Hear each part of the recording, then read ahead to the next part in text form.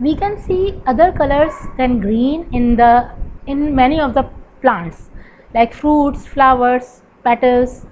They are having different colors. So this is because of chromoplast. Now the some parts that do not have any color, that are having leucoplast. They are colorless, found in the cells underground parts of the plants. Okay, this is the picture. They store food in the form of starch. This is very important function, and they are present in mostly roots, underground parts of the plant. Okay, so these were three types: chloroplast, chromoplast, and leucoplast. And we have done the function also. Now centrosome and centriole. Centrosome is a rounded structure present near the nucleus in animal cell. You can see here in the picture, this one. When we closely see the picture, so they are made up of two centrioles. Each centrosome contains two centrioles. Each centriole consists of a cylindrical array of 9 rows of microtubules. You can see these microtubules, and they are having 9 rows. When you count it, they will be 9. You can count it here. Okay, so centrosome consists of two centrioles. That's why I have given you the name of centrioles basically. What's their function? They form fibrous protein spindle which help in the movement of chromosomes towards poles during animal cell division. You can see this picture. These are chromosomes and how they are moving towards the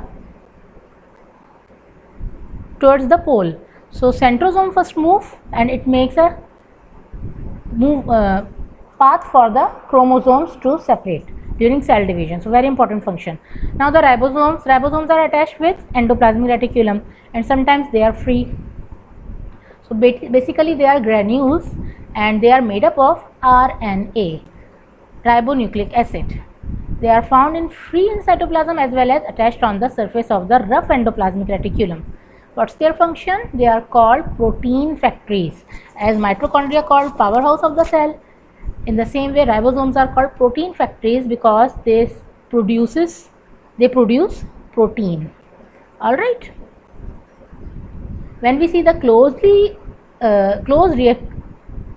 structure, so this is made up of two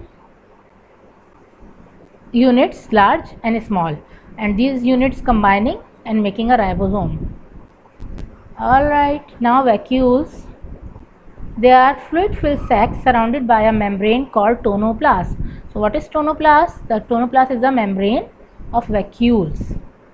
In animal cell, I have told you they are maybe in very large number, small and temporary structure. They can break, and again they will make by the cell membrane.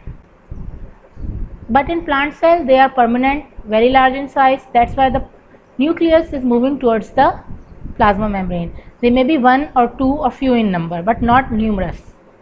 Okay, so when we compare plant and animal cell vacuole, you can see this vacuole which is very big, and because of this nucleus is moving towards the plasma membrane in plant cell, and they are smaller in animal cell or maybe in large number.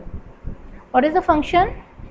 They are concerned with storage of cell sap. All right. Now the homework: define following: tonoplast, centrioles, cristae, matrix, Golgi complex. Give functions of following: cell membrane, nucleus, endoplasmic reticulum, ribosomes, vacuole. What is fluid mosaic model? Write structure of nucleus.